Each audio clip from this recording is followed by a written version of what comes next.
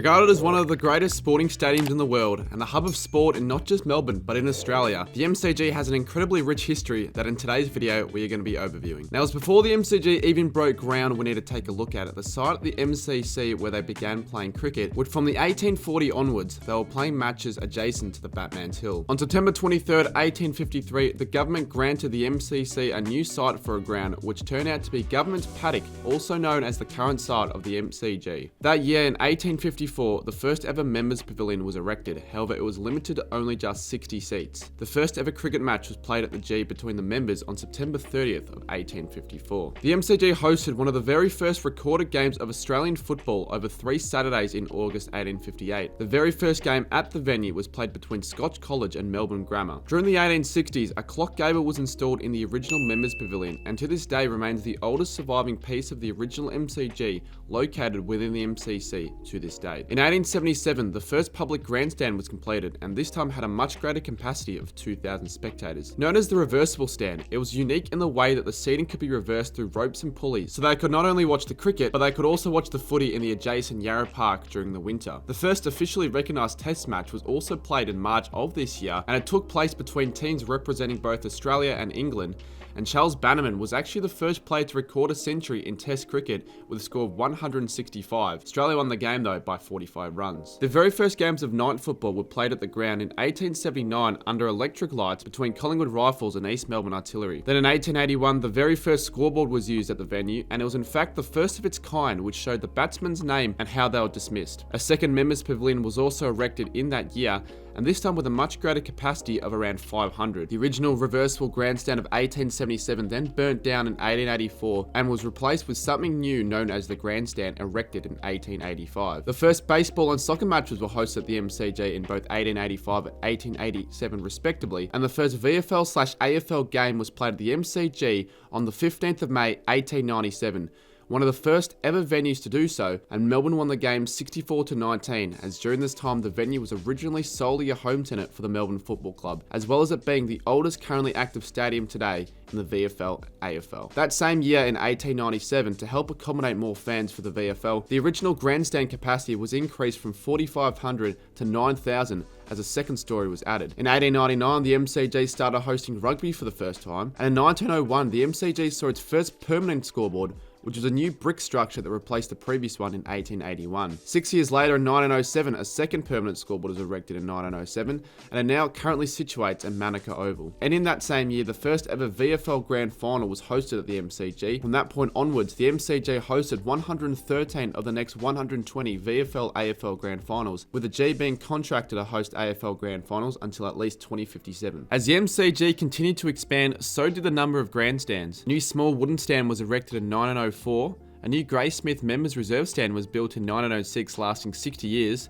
The Harrison stand was erected in 1908 with a capacity of 4,000, and the Wardle stand was also complete in 1911 with a capacity of 9,000 people, which at the time was the largest capacity grandstand at the MCG. Around this period as well, other sports were also played at the MCG for the first time that wasn't just football and cricket, with lacrosse in 1907, gridiron in 1908, rugby league in 1914, and the MLB sides, the Giants and the Red Sox, also played on January 7th, 1914. 12 years later in 1926, the MCG's open concrete stand was completed with a new record capacity at the time of 10,000 for any grandstand at the G. However, this had to make way for the original 1901 brick scoreboard as well as the asphalt tennis courts. Whilst in 1928, the third members pavilion was erected, which made way for the previous second members stand, and this 6,431 capacity stand lasted an astonishing 76 years. The longest in the MCG's history for any grandstand. Then in 1935, women's cricket began at the MCG with the first women's test cricket match played between Australia and England, but the most significant moment so far in the MCG's history occurred during 1937 with the completion of the Southern Stand just in time for the Diamond Jubilee of Test cricket, essentially having it one of the world's biggest spectator facilities with enormous capacity of 48,000, allowing for excess of 80,000 crowds post-Great Depression. From 1942 onwards to 1945, the MCG became a training base for military purposes as a result of World War II, with all the MCG's occupants shown on screen. Over the time period, more than 200,000 troops camped here, and on October 29th of 1945, the MCC was given full access of the venue back. And finally, VFL football was able to be resumed at the venue in 1946 after a 5-year break, with Test cricket returning to the G after a 10-year hiatus in 1947. In December of 1948, the MCG hosted a testimonial match honouring the great Don Bradman, who himself recorded 9 Test centuries at the venue, and his final Test match at the MCG recording 57 runs, retiring Hurd. Then 6 years later in 1954, the MCG witnessed a groundbreaking crowd of 92,438 when Queen Elizabeth and the Duke of Edinburgh visited the MCG for the Education Department's children display, which at the time made it the second highest crowd at the MCG behind the 1938 VFL Granny. In order to accommodate for the 1956 Olympic Games, that year saw the completion of the Northern Stand with a capacity of 43,200. It meant that the MCG's capacity increased to 103,000. The first event that the MCG recorded with a capacity of 100k was in that year the 1956 VFL Grand Final, which drew 115,802 fans. And of course, the most significant event in the ground's history to this date was also in the summer of 1956, as the MCG became the centre point of the 1956 Olympic Games, with the opening ceremony alone attracting 107,700 fans. These games saw Australian Betty Cuthbert become the Golden Girl, winning 3 gold medals in track and field events. In 1958, the MCG broke the record for the highest home and away VFL AFL crowd, which occurred between Melbourne and Collingwood in 1958, with an attendance of 99,256, as this figure still remains a record today. But the greatest ever attendance at the MCG occurred the following year in 1959, when Billy Graham held a crusade which saw over 130,000 people attend, many who were there believing that the event was life-changing for them. After 68 years of the Melbourne Football Club being home tenants to the G,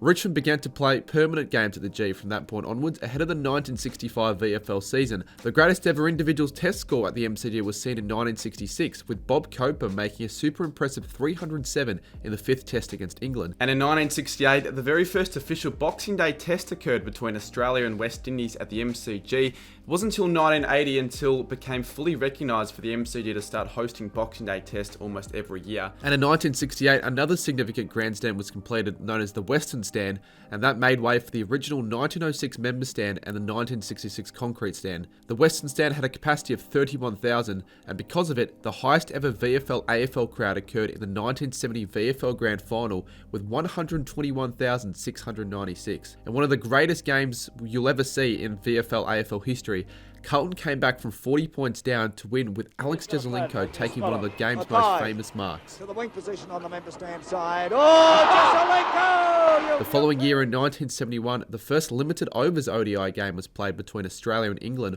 on the 5th of January. Not only was it the first ODI game played at the MCG, but it was also the first game played in the history of ODI cricket. In 1977, the MCG held a centenary test from March 12th to the 17th, and Australia won the match by 45 runs. Funnily enough, this was the exact same margin that Australia won by in the original 1877 Test match, with an electronic scoreboard finally being introduced 5 years later in 1982, having the 1907 scoreboard relocated to Manuka Oval. It was only the 5th in the world at the time, a Mitsubishi Diamond Vision video replay screen. In 1984, modifications were made on the Northern Stand, which reduced its capacity to just 23,723, with corporate boxes and dining areas being added to both decks. It also meant that the undercover standing room was essentially gone, with seats replaced in standing room, and as you can see, crowd figures dropped slightly over the years. The famous MCG light tails were then installed in 1985, with 6 light tails all at a height of 85 metres, allowing the stadium to be lit up for the first time in 1985. The first ever VFL AFL game under lights was at the MCG between North and Collingwood, North becoming home tenants as of 1984, with many other sporting games of the G being played at night shortly after. After the 1990 AFL Grand Final, the Southern Stand was demolished after standing still for 53 years, and this made way for the brand new Great Southern Stand, costing $142 million to complete and seating 47,500.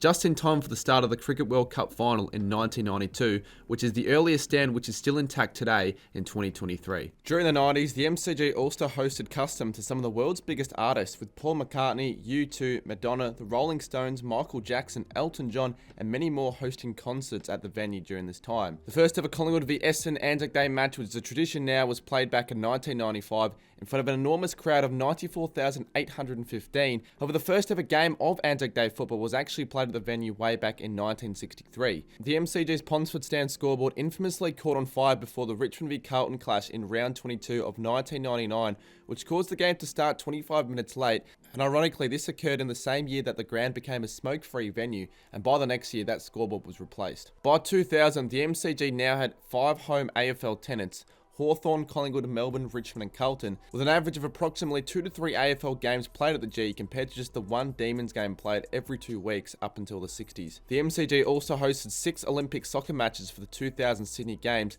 as well as Melbourne Storm beginning to play the occasional game there also. The old Ponsford Stand started to become demolished a couple years later in 2002, and the longest serving grandstand at the 1928 Members Pavilion soon after in 2004, whilst the old Olympic Stand was also demolished in 2004 as well, with the main current day MCG scoreboards also being completed just in time for the 2004 AFL Final Series, which also included the MCG's new simple scoreboards. 3 new conjoined grandstands replaced the old ones, and in order to accommodate for the 2006 Commonwealth Games, the new Northern Stand was finally completed on February 17th, 2006 at a cost of $465 million, by far the most expensive grandstand in the MCG's history. Now, some notable moments of the MCG post-2006 include Shane Warne's 700th Test wicket against England in 2006. Wicket number 700! The first ever international T20 match was hosted between Australia and India in 2008.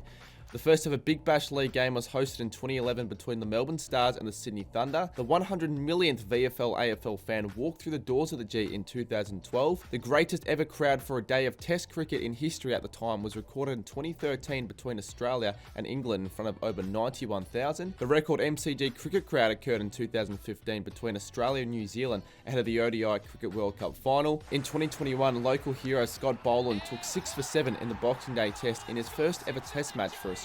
After the passing of Shane Warne, the Great Southern Stand was officially renamed the Shane Warne Stand in March of 2022, and a record post-configuration crowd of 109,500 occurred on the 3rd of March when Ed Sheeran played at the G in 2023. 2020 and 2021 also saw a major halt for the MCG as a result of the coronavirus pandemic, which saw locked out crowds at AFL games, reduced capacity at AFL and cricket games, and it also meant that the MCG couldn't host the grand finals in both 2020 and 2021. Now, looking ahead in 2024, and at the moment, the MCG remains still with a capacity of 100,024, and a possible redevelopment of the MCG could be on the cards, with stadium lights possibly being built onto the rooftops as well as newly built stands. If this redevelopment does go ahead, it wouldn't commence until late 2027, with the MCG's capacity increasing to around 105,000. Let me guys know down below if you guys think this redevelopment is actually going to happen or not, or if it's even necessary given, the state of the MCG at the moment, and let me know what your favorite thing about the MCG or moment is down in the comments.